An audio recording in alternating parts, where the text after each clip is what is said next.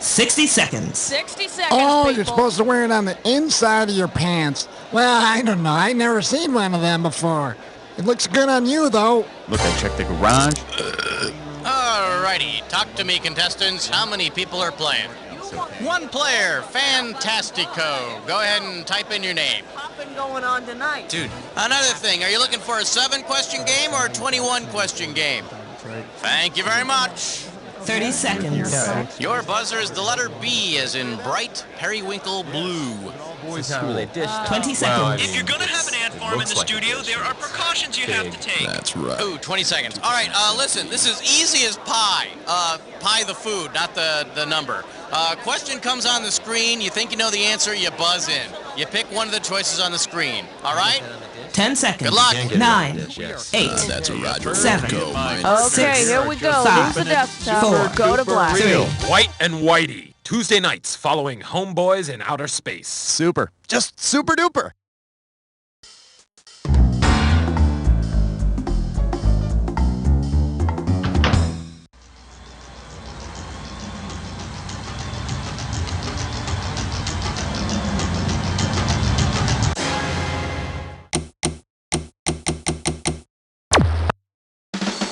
It's time for the show where high culture and pop culture collide. Hello there, this is You Don't Know Jack TV. I'm Schmitty, and you are playing by yourself. Nothing to be ashamed of, everybody does it. Well, you're playing by yourself this time around, huh? Hey, don't worry about it, I do it all the time. Okay, let's go. All right, pick a category. Question 1 is taped before a live studio audience. This category is known as a virtual reality check. You get it right, you get 2K. So virtual reality might be all the rage with the computer geeks in Silicon Valley, but did you know it was invented in Cincinnati? Many people consider WKRP newsman Les Nessman a pioneer in the field of virtual reality. Which of the following virtual items do we not see Les Nessman using on the show? A virtual traffic helicopter, a virtual news van, a virtual microphone, or a virtual office? When he reads the news, Les uses an actual microphone. Yeah, you can fake your way through a lot in life, and sister, I am living proof of that. But you cannot broadcast on the radio without a real mic. Got it, Marconi? Category, please.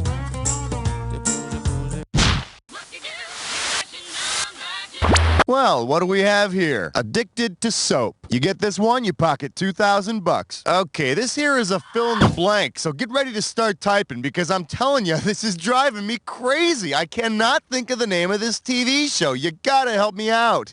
It's a soap opera that first aired on ABC for like 5 years. All the action takes place in this creepy town called Collinsport, Maine. They had a remake of the show in the early 90s. The main character is this really old vampire. You've got to know this.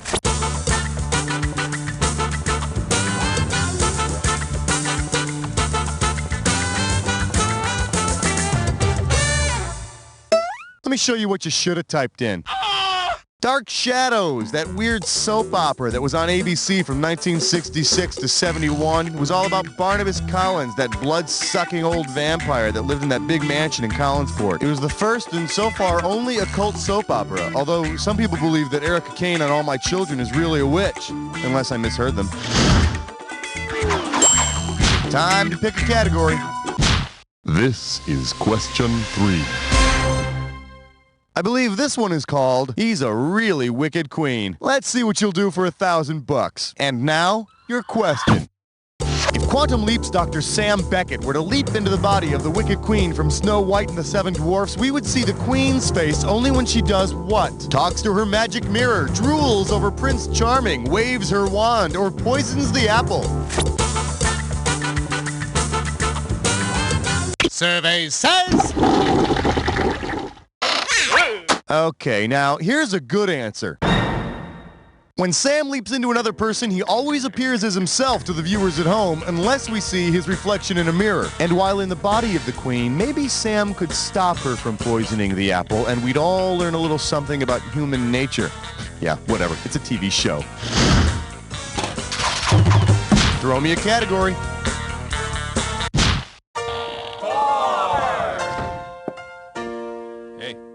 The category is, do pumpkins have mucus? You get it right, I'm putting you up $2,000. All right, let's get that well-manicured digit on your buzzer and get ready to buzz in and type the answer when you know it. You ready? Imagine this. You're wearing a pumpkin costume. You're frantically searching your purse for a blue tissue. Someone will pay you $100 for it. You're in the audience of what TV show? Now's the time to type in your answer and hit that return key. On the game show Let's Make a Deal, host Monty Hall would frequently offer cash to his costumed audience in return for simple, everyday items. I remember people on the show were always upset when they chose curtain number 3 and they won a goat. I would have killed for a chance to win a free goat. I mean, come on, people. Does the phrase endless supply of fresh milk mean anything to you? All right, I need a category.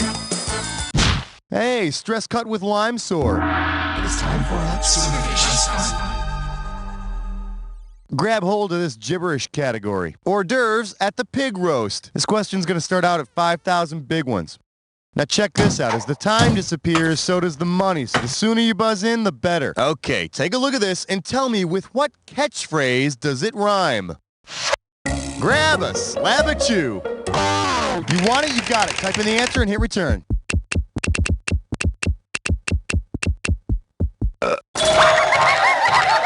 Well, it just goes to show you, it doesn't matter if you have a stupid catchphrase. If you say it loud enough, people will laugh. Give me a category.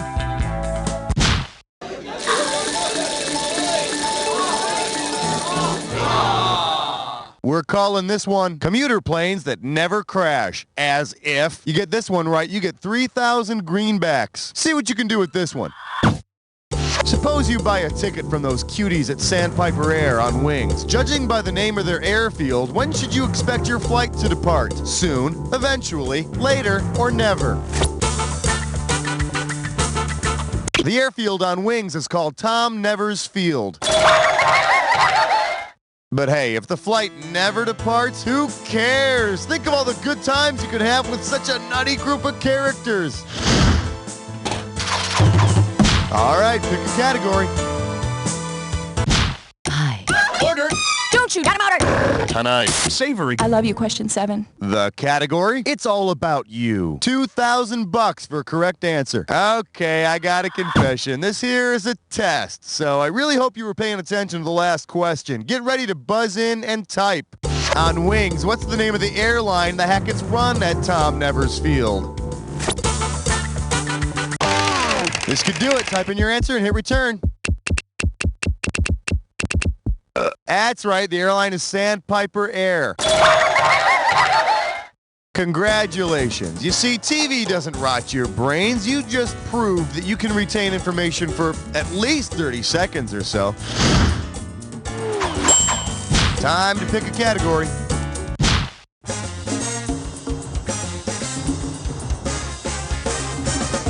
All right, give it up for Give Me Some Skin. How does $2,000 sound? All right, here's a little helpful hint for you. Ophthalmologists recommend you visit the eye doctor once a year.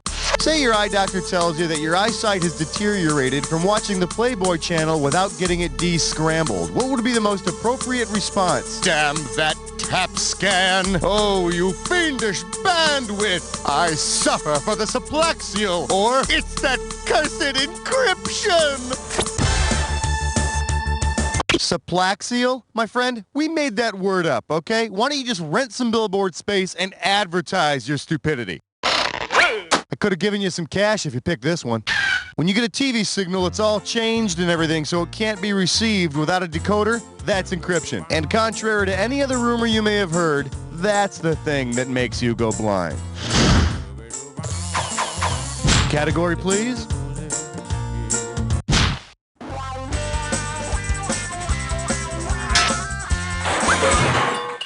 Shake hands with, luckily, aliens write in English. $1,000 at stake on this one. Hey, check out this passage from a diary recently found on board an alien spaceship.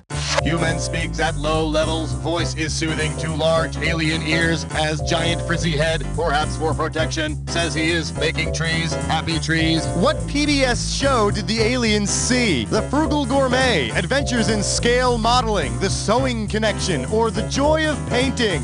On PBS's The Joy of Painting, afro-headed Bob Ross paints nature scenes and instructs viewers with his ultra-calm voice. Good player, but no matter how you finish in this game, remember, there's no right or wrong here. Pretty screen, just a pretty screen. It can be anything you want it to be. Throw me a category.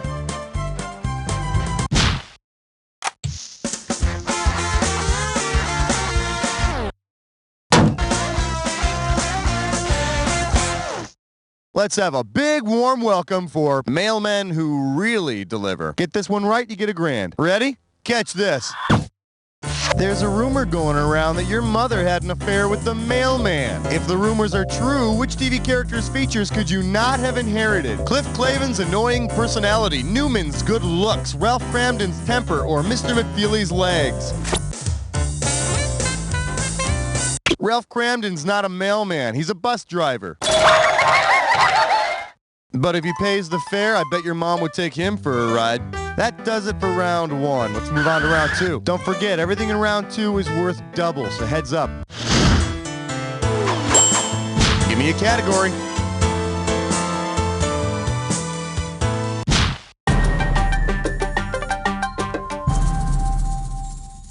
Today's specialties include, it's time to put on makeup. I'll give you 4,000 clams for this bad boy. Okay, so you remember those two old guys on The Muppet Show who sit up in the balcony, right? Well, if the two old guys who sit in the balcony throw a big bash for the Muppets at one of the Manhattan hotels for which they're named, what might you see? Fozzie Bear moshing at the Howard Johnson, Miss Piggy pigging out at the Waldorf, Kermit doing the lambada at the Ritz, or Beaker schmoozing Animal at the Hyatt. The old guys in the balcony are named Waldorf and Statler, so you're going to see Miss Piggy chowing at the Waldorf. Hopefully she's pigging out on the Waldorf salad, otherwise she's going from Miss Piggy to Miss Porky. All right, I need a category.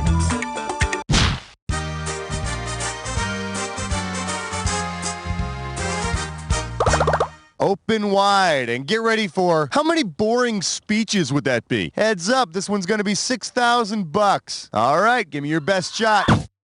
Let's say the show that received over 100 Emmy nominations decided to include a character named Emmy in its cast. Which of these scenarios might we see? Sam Malone sleeping with Emmy 100 times, Lassie rescuing Emmy from a well 100 times, Corporal Klinger taking 100 dresses from Emmy, or Emmy taking 100 shots at Dallas's JR.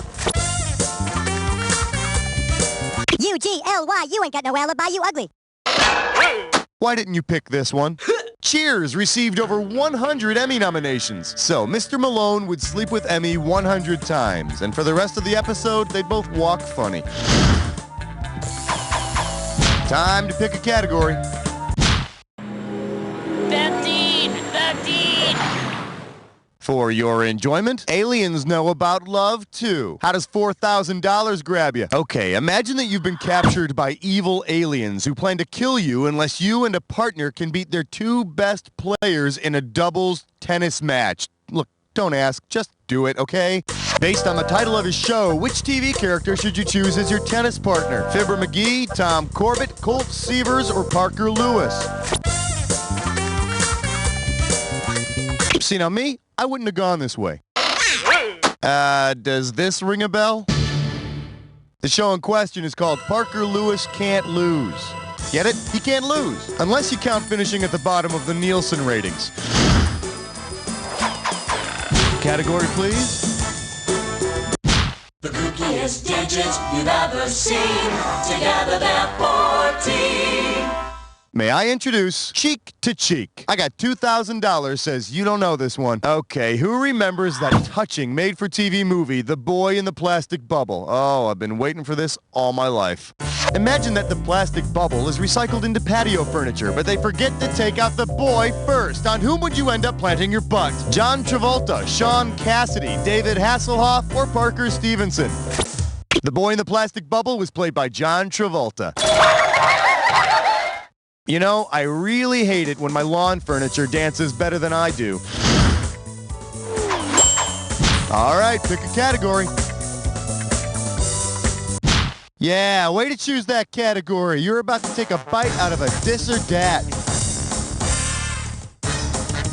The category for this or dat is Welcome Back, Sister. Now, I'm going to read off the names of 7 TV characters, and for each one you see, I want you to tell me if they're a character from the show Sisters or a sweat hog from the show Welcome Back, Kotter.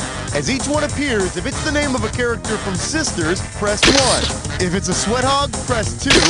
And if you want to skip one, press 4. I'll give you $1,000 for a right answer, and I'll take away $1,000 for every wrong answer or for those that you didn't get to. Okay, can I get 30 seconds on the clock? And we're off. Georgie, Sister or Sweat Hog? Vinny. Alex. Arnold. Teddy. Freddie. Last one, Frankie. That's all 7. I hope you don't think it's going to be this easy every time, okay? Let's look at your new score. Well done, my friend. Let's see how much... Throw me a category.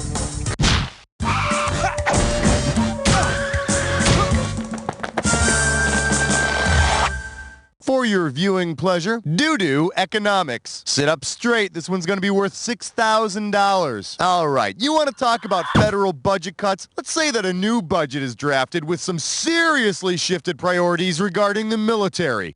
Say the military is given the weekly special effects budget of the adventure show Captain Video. In 1 week, what sophisticated hardware could the Pentagon buy? A $25 nail, a $2,500 coffee mug, a $250,000 pair of boots, or a $2.5 million airplane? Well, no matter how much they cost, these boots are still made for walking, baby. And they're gonna walk all over you. Boots, start walking. Hey, if you got a minute, take a look at this. The 1950s futuristic kids show Captain Video had a weekly special effects budget of, drumroll please, $25. So, the U.S. military could meet the challenges of the 21st century with the stealth stick and the B-1 board with a nail through it. Give me a category.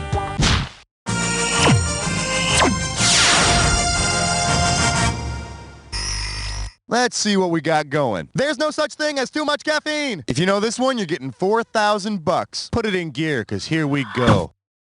Oh no, aliens have destroyed your local Starbucks. Given their long-standing hatred of things named Starbuck, which evil aliens are the most likely suspects? The Romulans, the Cylon Raiders, the Visitors, or the Draconians? Nope, Romulans have a hatred of Vulcans, so they would destroy things like vulcanized rubber factories, I suppose.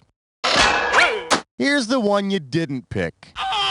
On Battlestar Galactica, the folks who fight Lieutenant Starbuck are the Cylon Raiders. Eventually, he defeats them by charging way too much for a decaf latte. All right, I need a category.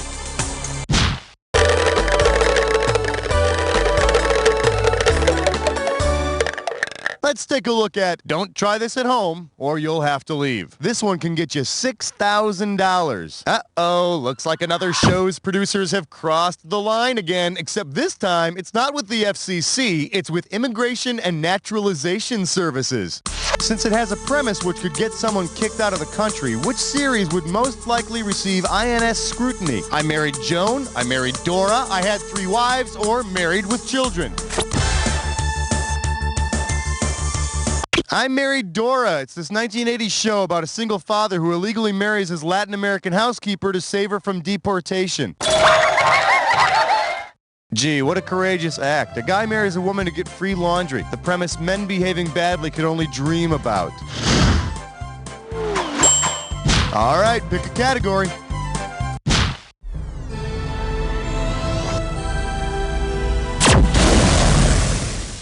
This one's called The Importance of Expiration Dates. 4K coming your way for a right answer. Here's the question.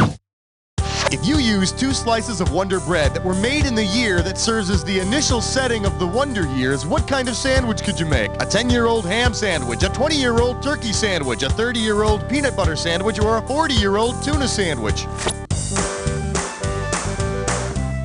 The Wonder Years is initially set in 1968, so that bread would be about, 30 years old.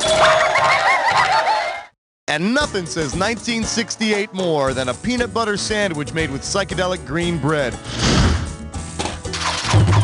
Category, please.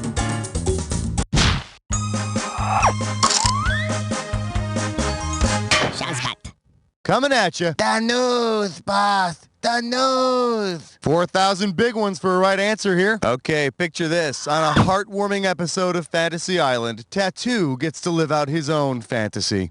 If Tattoo's wish were to be the anchorman of a real news show, which of these pint-sized spin-offs could Tattoo anchor? The McNeil-era News half hour, 24 hours, 30 minutes, or 10-10? 10-10? No way. Maybe 4-5 in his stocking feet. You want to see what the smart money says? 30 Minutes was an afternoon news show targeted at teens. It was on CBS in the late 70s. And after a stint as a newscaster, I hear Tattoo wants to be a writer. Short stories, that sort of thing. Time to pick a category.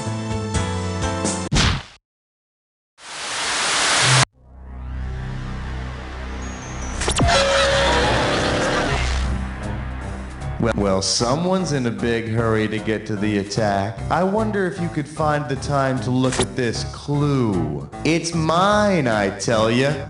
Good luck. You're gonna need it.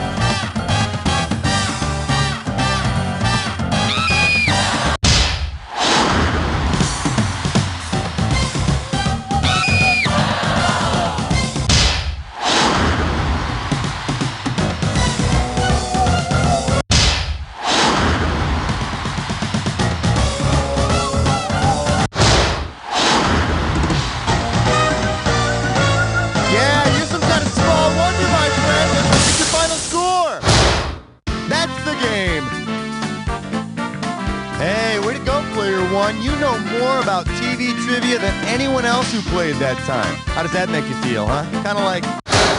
You don't know, Jack! Very nice work, people. Let's get those commercials going. Raoul, hon, we doing this again? Hey, if you want to have some more Jack fun, all you have to do is give me the word. Excited or eager. A startling metamorphosis occurs. Please, don't make me, excited. My body changes, mutates into something, embarrassing. I don't like me when I'm, The, creature is driven by hormones. Boner is sought by so-called journalists for adult-oriented magazines for pictures that are kind of, embarrassing. Mr. McGee, stop that. Please, don't. That tickles. David Boner is believed by some to be dead. He must let the world think that he is dead, or at least out of commission, if you know what I mean, until he can find a way to control the raging member that dwells within his pants.